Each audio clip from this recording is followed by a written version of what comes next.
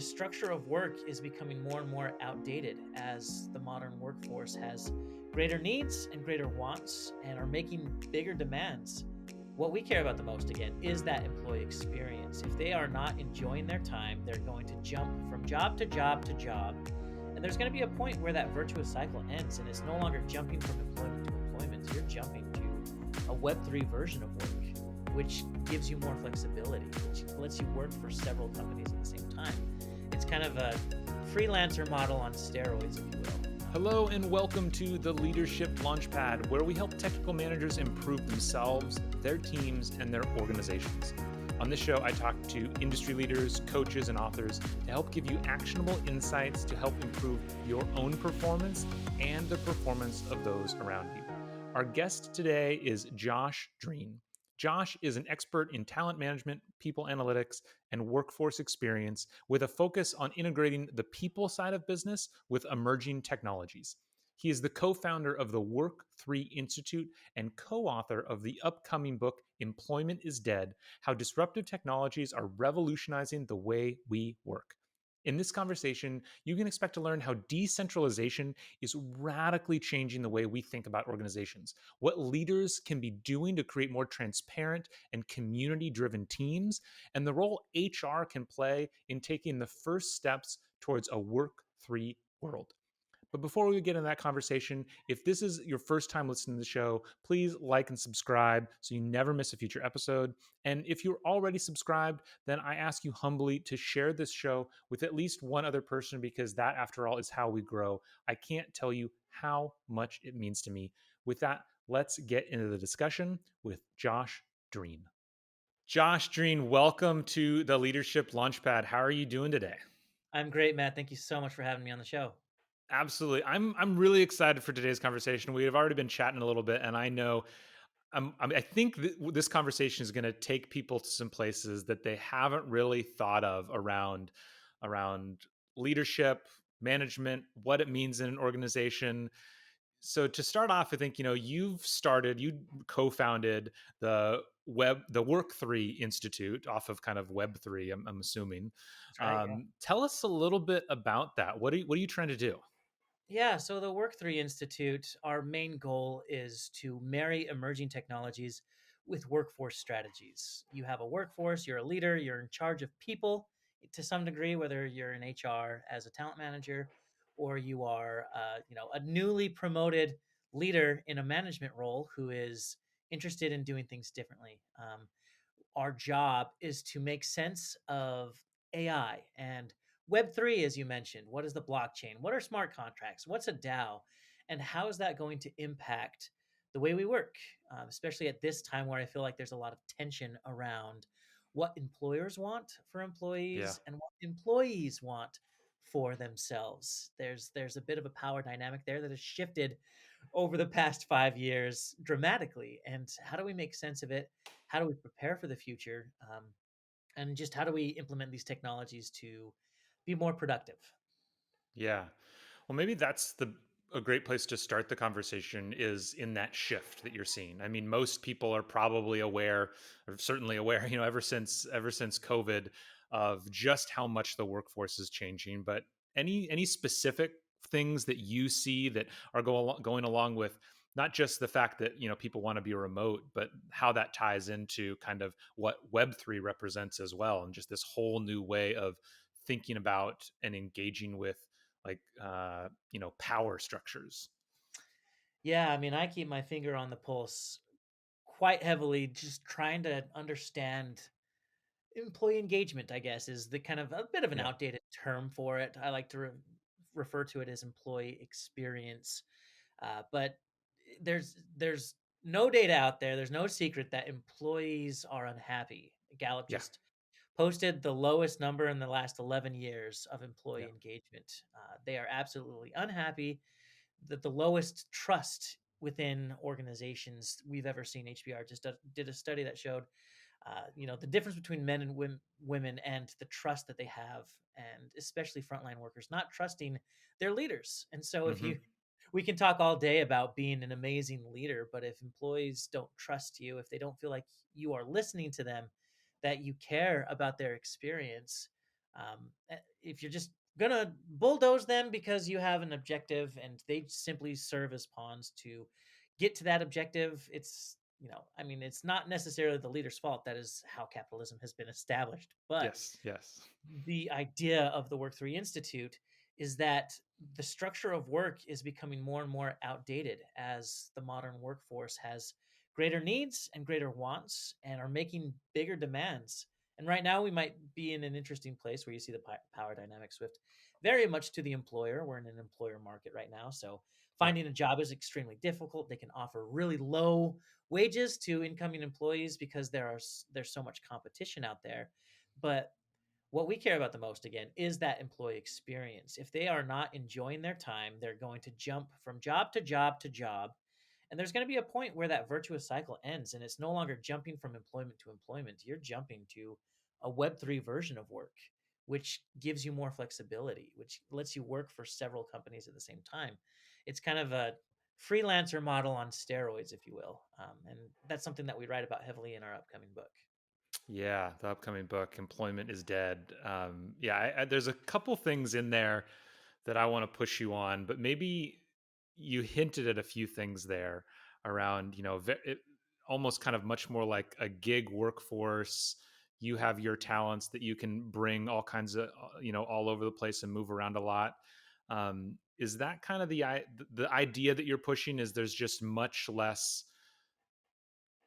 role for HR, much less role of central leadership, and that it is much more of just worker driven, I guess.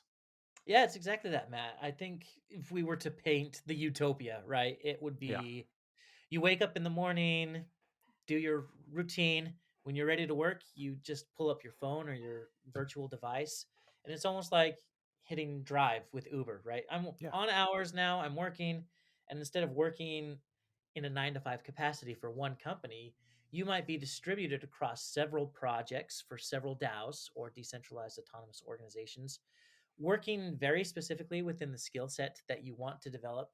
So you're cutting out some of that bureaucracy that you find getting a corporate job where you do 90% of the work that you hate so you can do the 10% you love. Let's flip the script on that Yep. to where we have you doing more of what you love within the hours that make sense for you, not necessarily for one organization. So when I look at like traditional employment, I look at leadership in terms of management. I look at the 9 to 5 schedule. These are tools that we developed during the industrial age to serve a purpose, which that purpose was to complete a task, to do a thing. And management's job was to make sure that that happened. And so we have this level of not necessarily facilitation. It is micromanagement in a way. It depends on, your style of management, but your Sure. job is to disseminate what the upper management wants you to do. You simply have them complete tasks and you make sure that they get done efficiently. Well, that model doesn't serve us in the age of information when we need to move very fast. We need to be agile. We need to be innovative, especially with Yep. the emergence of AI. The companies that are starting to use it are going to perform much better than those that don't. So all of that is to say that I take a look at the tools that we have developed in order to do work well and which tools are getting in the way of doing good and wholesome work in today's workforce. Yeah. Interesting. Really interesting. So many things that I want to kind of ask about that as I was learning about your work and looking at the stuff the Web3 Institute talks about. One thing that came to mind that I think could be a point of contention is this idea of what are you finding when you're talking to people of does everyone want to work like this, or does like a very hyper productive segment of people want to work like this? Because when I think about that, thinking about going back to Web3 and crypto, there's a lot of benefit to removing the middleman, removing the middle arbiter of trust, and saying no, like the token itself, the contract itself is the trust. You don't need some kind of overarching agency to bring in trust that a bank, say, delivers. And that's great. It can allow some people to work really well together. But if you do something wrong, if you send money to somebody on accident or sign something they didn't mean to, and this is you may correct me if any of this is wrong. If you do something wrong, there's nobody to go to, right? Like there's no higher level authority to say, hey, please help. We need to like reverse this transaction because you can't. And I think about the same way when you in the work environment of yes, there are some people that want to lean forward, manage their career, develop their skills. But then there's also some people who maybe they just want to work. Like they don't want to like hustle their way through their career to like get absolutely as far as they can. Maybe I'm and this is kind of somewhat devil's advocate too. So, but I don't know. What are your thoughts on kind of that riff of like, is it that you think the majority of work is going to get done this way, and that the majority of people will embrace this, and companies will embrace this eventually, or is this always, or are you thinking this is more like the tip of the spear kind of thing that will adopt this way of working? Yeah, I love that you brought that up. You kind of highlight the conundrum with moving to, say, a Web3 model. And just to be clear, when we say Web3, I think the big foundational principle that we're talking about is decentralization. That's Sure. the argument, Yes. right? It's Yeah. Yep. centralized leadership, which is a small group of decision makers at the top of the organization disseminating decision making information all the way throughout, versus decentralization, which could take the form of a very flat organization. That information is shared across the organization transparently and quickly so that individuals can move in ways that they feel is best rather than what management feels is Got best. it. So Yeah. so that's what we're talking about here. And does a decentralized model work in every scenario? I can think of several right now that I say no, we should Cool. not do Okay. decentralization because, like, I mean, when you think of healthcare specifically, when you think of a job that is very procedural based, Yes. there are checklists that need to be done in a Yep. certain way and not Yep. just, hey, well, let's try to be creative and see if this works, right? So I think in some of those roles, definitely not.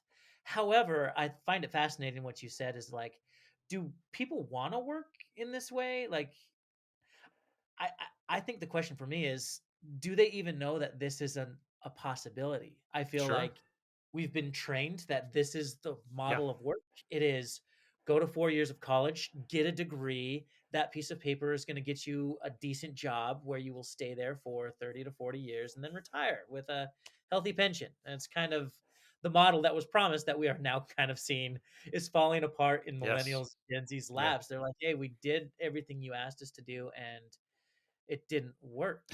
Yeah. It And didn't so pan out. when you dig in there and you start to find out, like, oh, well, did you actually gain the skills necessary to do the job well in college, or was it just like doing your chores? It was just like checking a Hmm. box. I mean, Hmm. a lot of companies and even states right now are dropping the degree requirement entirely because they Yeah. need to expand their talent pool. Yeah. And the people coming out of college aren't necessarily better equipped to do the job than those who didn't, Yep. right? So it's a really, really tough spot to be in, I think, for corporations, for the education system, et cetera. However, a lot of the work that we do hinges right very foundationally on how is the employee feeling at work? What are the needs that they need that to be met? And how are we not meeting them? A lot of times it's not in my book, right? This is kind of an interesting conversation for us to kind of have devil's advocate back and forth here is Yeah. leadership in and of itself, like, is training a leader to be a better leader the solution as something that you do better every day, or is it like the structure, like even if the leader were the best possible leader, Mm. just the structure that they've been placed in and the limitations that they have to Yes. lead because of whatever structure, whatever red tape is there around Yes. the role, like Web3 and decentralization kind of breaks that wide open. It's like, hey, how about I return to like a round table kind of feel where I'm a leader at the table because I want to move forward, but we all have different skills and capabilities. We should work together to figure out a solution instead of I'm the boss, I know what's best. You do what I say, and if not, get out because someone else can come and do that. So, Yeah. that's kind of the theory that we're playing with, and I think it's just food for thought for your listeners.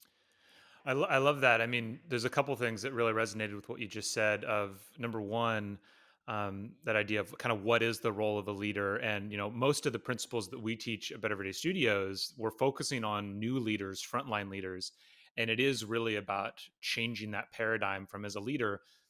it's not about having all the answers. It's not about being the one that knows right.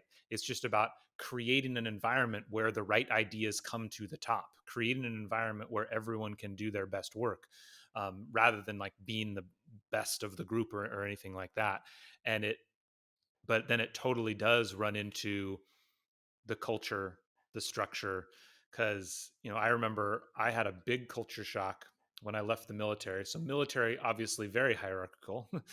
And if Hmm. you want to get something done, if you want to move forward with a project or whatever, you just kind of move up the chain until you find the person who's responsible for that thing, convince them, and then the thing happens. And that's all you have to do. And then I left the military, go to SpaceX, and SpaceX clearly has a hierarchy. There are plenty of things, like you said, there's lots of procedural things that have to happen. But by and large, the thing that I struggled with is I still tried to keep that model where it's like, there's a thing I want to happen. I know who's in charge of that area. I go convince them. They say yes. But what it took me a long time to realize is them saying yes is really just giving me permission to go try to convince everybody else that this is the right idea. They weren't just going to by fiat say like this is the way it is. I still had to go and kind of like convince all the, other managers or other engineers, other senior leaders that this was the right thing to do. And I do know there are I know for sure of certain like software organizations that take that to the extreme, where if you want to build a new game, you can kind of do whatever you want as long as you can convince people to come work on the project with you. And Mm. that's really what it comes down to. So I think so that's interesting. I think that's a great clarification of it's not so much about completely dismantling organizations and saying like we're all just totally freelance and kind of running all over the place necessarily, but it is about creating much more open organizations where in general everybody has much more information and much more autonomy over how they are spending their time. Let's. Does that sound right? I would love to take this example just a step further because I think you're Great. touching on something really strong here, right? Because like, how do you build a rocket to go into space when everyone is not rowing in the same direction? Like, that's the problem with decentralization. However, Yes. like, are you waiting for your boss to say yes before you excel, before you create, before you innovate? And do you Yeah. have the autonomy and decision making power to do that? So, a great example that I like to think about is the way that my son plays Roblox. He's 8 years old. He loves Roblox. Roblox is kind of like the precursor to the metaverse. When you get into the game, it is not like a video game like we grew up. A centralized video game, let's say, is like Yeah. Mario. It's you come into the game, there's a start, there's a finish, you work your way through the game, and when you get there, ta-da, you win, right? Yeah. Yeah. Completely within the confines of the game. There is no exploration outside of that. Yeah. However, in Roblox, when you become even a developer, you can develop your own games, you can add it to their server, you can invite your friends to the game. So Yeah. it's very much an open world. And when you come into this open world, you and your friends can go into a game and pick like which game are we going to play today. This is kind of like a smart contract, and we can get into a definition of what that actually looks like. But the very simple smart contract in this game is here's 3 games, everyone vote, and the minute they vote on the game, it executes immediately and they go into the game. And so Mm. if you want to play a different game, you got to convince your friends to vote for a different game. But that's completely your prerogative and that's their opportunity. And you get to be there and play that game or leave and go do something else. There's nothing tying you or saying you have to do it this specific way. And so that's kind of the give and take that leaders need to decide. In in a Web3 world, a leader is not a manager. A traditional manager controls the narrative and completes tasks. A Web3 manager facilitates the group's wants and needs and resources, Mm. whether it's your smart contract, but your job is to manage the DAO. What do you guys want to do? All right, if that's in line with the collective goal here, then let's move and let's decide who's doing what and how you're compensated specifically for the role that you're playing there. So we can go further into that, but I'd love to just kind of hear a little bit from you on that. Yeah, no, I love that. I mean, I love that differentiation in what it means to be a manager. You have, um, at the Web3 Institute, you have you have 10 operating principles kind of for this world. And, one of those is community. And that sounds a lot of what you were just talking about, because very often, at least when I hear about a DAO, I hear about it in the context of kind of, it's like it's a community. It's like and so if you're the leader, then you're the community leader, the community manager, where, yeah, it is much less about setting rules, where again, in some cases, maybe there's certain rules to enforce, but yeah, it is about making the best community, making the best experience. Well, um I say let's talk about that in terms of like a web 1.0 versus 2.0 versus cool. 3.0 world, right? I love it. Communication specifically online. When you look at web 1.0, that was kind of like the static internet. All you can do Yep. is put some text and some images up on a website and people can go there and they can learn, right? It is very Yep. much a one-way communication where I tell you what you need to see and then you see it. In a web 2 world, it is kind of that two-way communication. Now it's social media where I can curate my own content and I can get feedback in the form of contents, comments, or if you look at like Yelp, you can pick your excursions or your restaurants based on the collective experience of someone else's. So we see a little bit more community there. When you look at a Web3 model, and Discord is a perfect example of how this is happening right now. For any of you who have a teenager under the age of 14, they know what Discord is and they're using it. Discord used to be like a gaming chat where you go and you can chat with other people who are playing the same game as you, but it has completely evolved into a Web3 community. It's like a town hall now where Hmm. you have maybe these core contributors who are curating specific content, but if you have ever been in a Discord chat of someone who loves Pokemon, so they're playing Pokemon Go and they're on Pokemon Go's Discord, you'll see like channels and channels and channels of people talking about stuff that they like, super niche, like I really love this topic, so I'm finding other people who love it as well, creating a world or just a chat room where you can come in and you can talk about it, and then it kind of goes up to the higher purpose of that Discord channel. So what we do at the Work3 Institute is we teach companies how to leverage Discord and Slack for that matter in ways that previously were kind of unimaginable. It's no longer a email or a back and forth exchange. It's how do we develop a community of like passionate individuals who are working on projects because they love it. They Yeah. are drone enthusiasts who see problems with the endurance of drones, so they build a Discord chat and like build it themselves and then sell it to the government. There's so many options for Interesting. people to earn money as like an actual shareholder in maybe this web 2 model of corporate America. Hmm. It decentralizes it, so now everyone gets to be a shareholder. You get ownership over the projects that you take on and the value you generate. You have autonomy to work in ways that make sense to you and you get to make those decisions, and flexibility, right? You can work whenever, however hard, and for whoever you want. So I'd love to maybe go into that example a little bit. Are you seeing traditional companies dramatically kind of like developing these projects where they're bringing in people outside of the company, like having new members, or are you more talking about starting from scratch with this is a new way to imagine a company? It's such a great question, man. I'm glad that you're bringing this up because it is still early, right? We are in the Yeah. nascent phase of Web3. It was really hot for a while when Mark Yep. Zuckerberg announced the Yep. metaverse and it burned Yep. out, and everyone's like, what was that about? And it didn't go away. Like, No. even though the hype died down, and that was a good thing for a lot of people building the metaverse, they're like, whew, now we can get back to work, right? Uh, it didn't go away. And so what I see in the work that we do is twofold. One is like, how do we evolve the HR department to be more of a people operations function?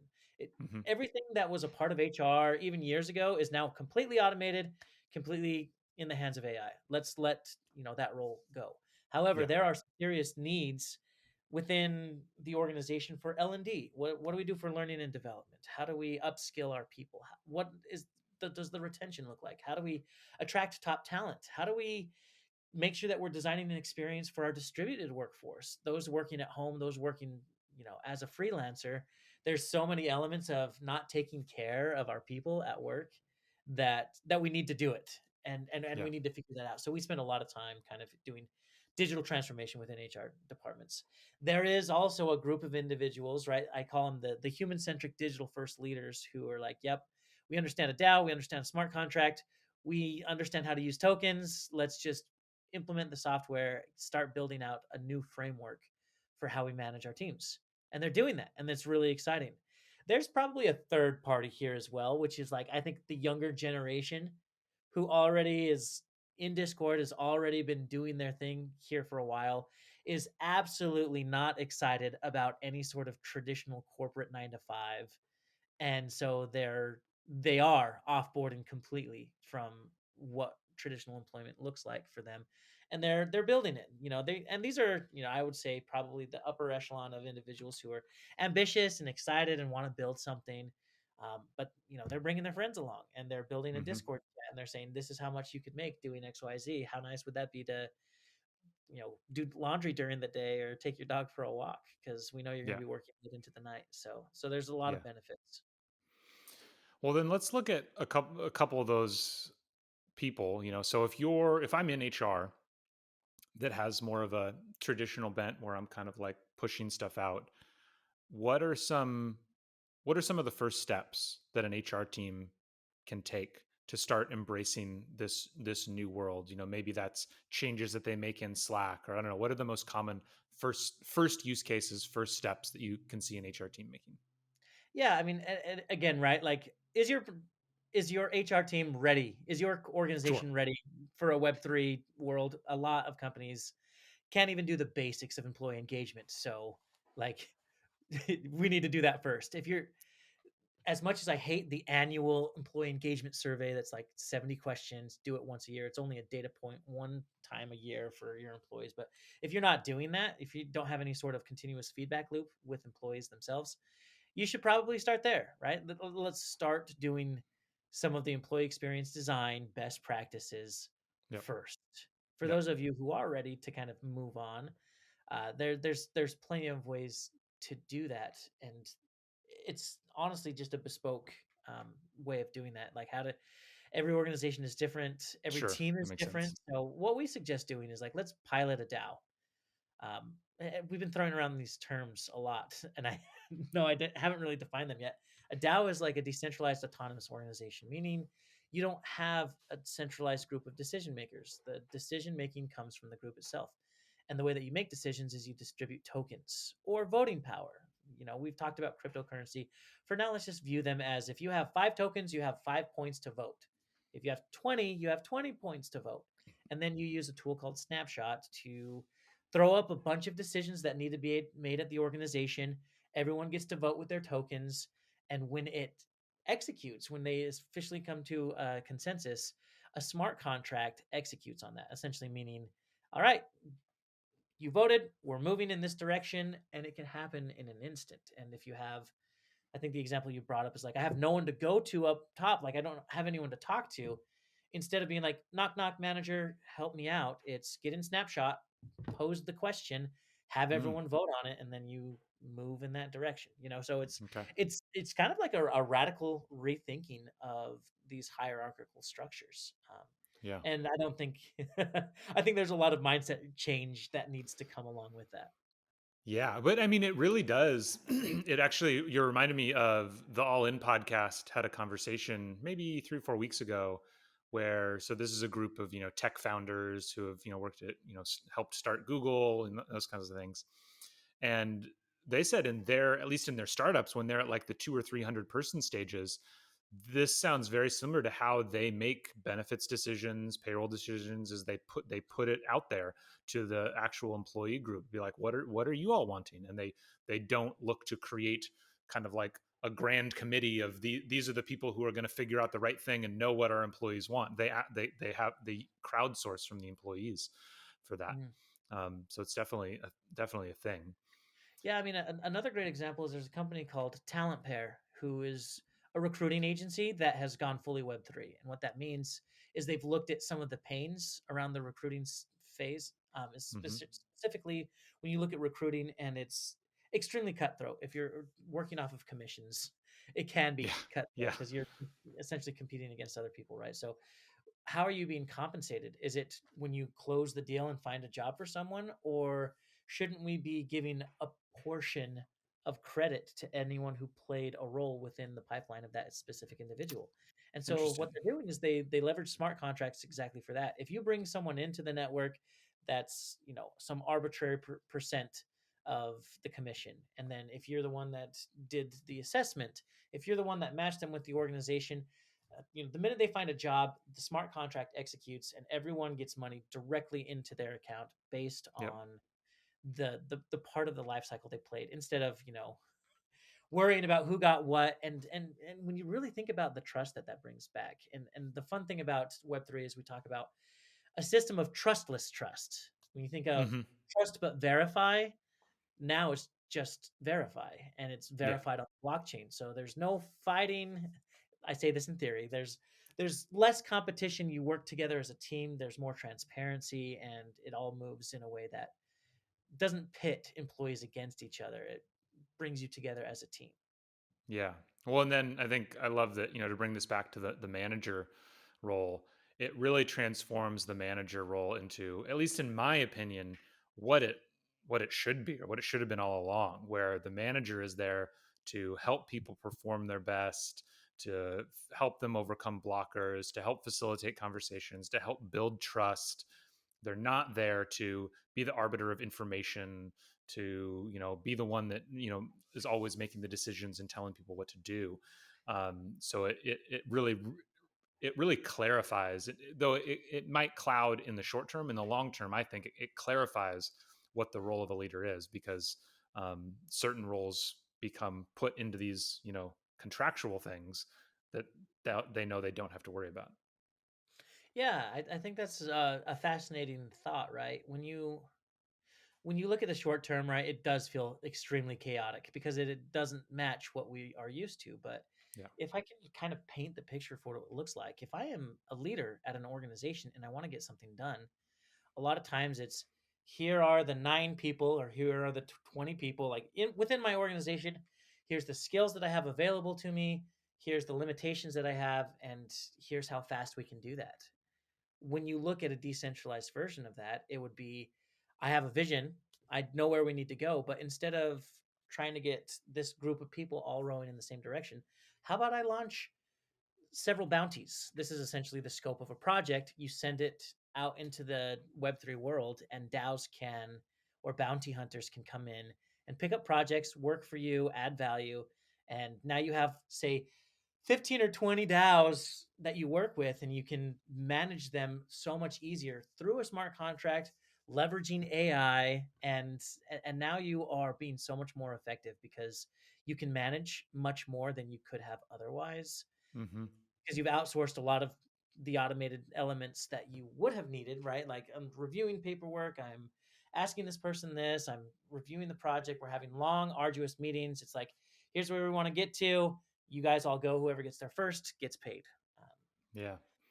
That's interesting. It reminds me. I just yesterday I was having a conversation with somebody who they were using gigs in order to help as part of their leadership development pipeline, where rather than just becoming a manager and being in charge of 10 people, you start by like managing a project where you say like here's a particular outcome, and then you get this first chance at like figuring out, do I like trying to lead 2 or 3 people towards this outcome?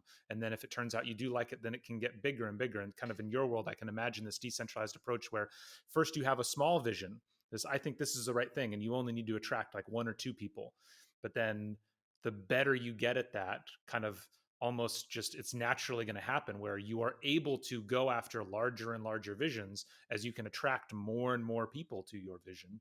And then that's kind of how you, I guess, would move forward in the company, only by proving that you can create a good community and attract people to it in order to achieve an outcome. yeah, and think about the individual, right? What does the individual employee, quote, employee want? There are certain needs that we can meet in a traditional corporate structure, but there are needs that they have that we're just not willing to in today's world, right? And that's kind of the 10 operating principles, right? Like, Hmm. Hmm. are you willing to give the employees the flexibility they need to work from home? Yes or no? Are you willing to give them transparency? Are you willing to give them decision making power?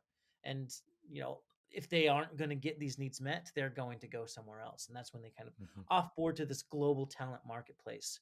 And what's fascinating about this concept is that, yes, freelancing and gig work has existed for a long time, but in a Web3 world, you can have your skills, say it's your resume, right? Your resume of skills and experiences are all imprinted on the blockchain. It's kind of like your digital resume and it's hard coded, which means now that we have that trust in place, AI can go out and find projects for you that align to your specs of skills, align to your preferences of when you want to work, and in the meantime bringing together, people that you would want to work with, and now within a second you are matched on a project and you're working in a way that makes more sense to you and also meets those needs, rather than, oh well, I'll just tough it out for the next 6 months and hopefully I'll be able to do a project that I want to do.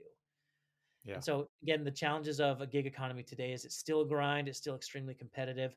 Once we kind of beat some of those elements, the world is your oyster. You can put out a project, someone can pick it up in, India without true verification, a traditional verification, and they can run with whatever project that they feel works for them. So again, I want to just put a caveat on this. Like, we're writing a book with HBR right now. This is all kind of new and emerging and is radical and disruptive in a way, and is, largely untested. So take it with a grain Yeah. of salt. Maybe Totally. we are completely crazy and these, people pushing towards it are just off the mark. But I the reason why I believe in it is because I do believe it solves some of these foundational problems Sure. of meeting the needs of employees in today's workforce.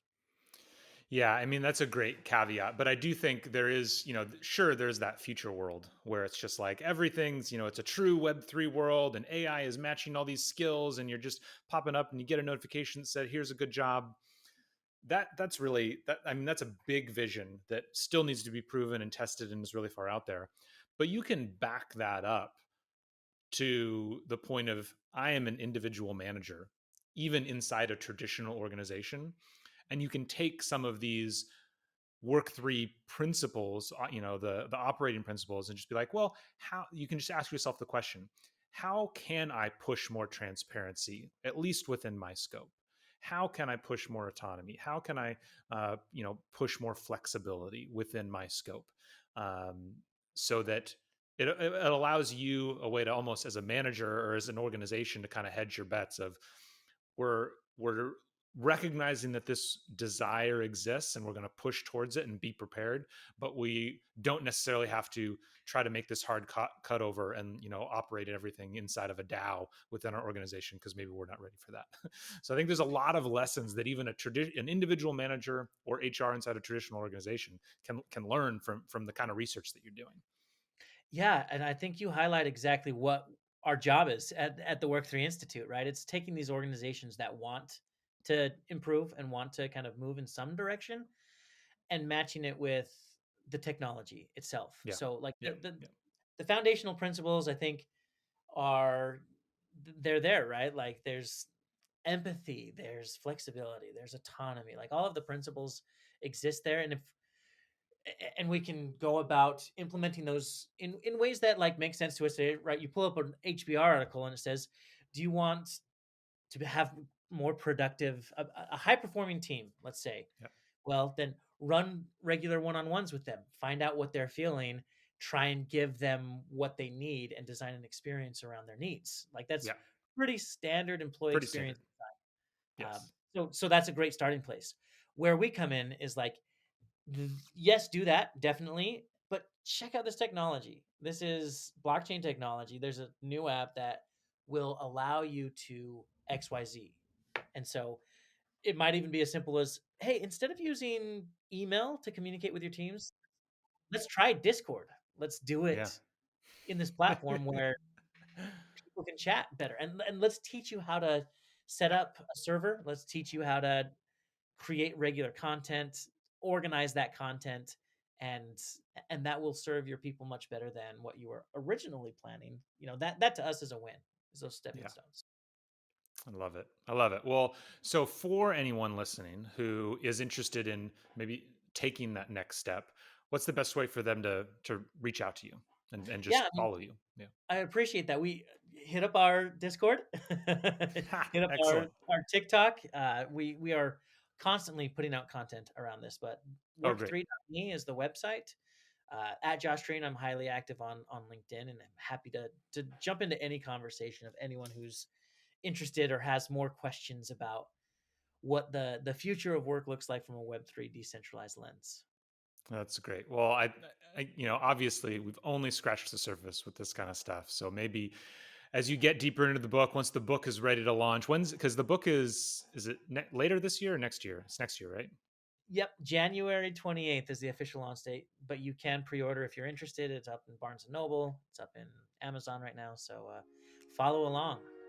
Excellent. Well, we'll definitely link to that so everybody can pre-order, and then maybe when it comes out and you've really finalized your learnings, lessons, have you back on and see if we can take this discussion one step further. Well, it's been a privilege, Matt. Thanks so much for having me on. Thank you so much for tuning in today. I hope you enjoy the discussion as much as I did. If you want to see more discussions like this, then make sure to check out some of the videos right over there. And while you're at it, make sure to subscribe to the channel. It really helps improve our reach and gives us the fuel we need to bring you more of these great conversations. I hope you have a great rest of the week, and we will see you next time on the Making Better podcast.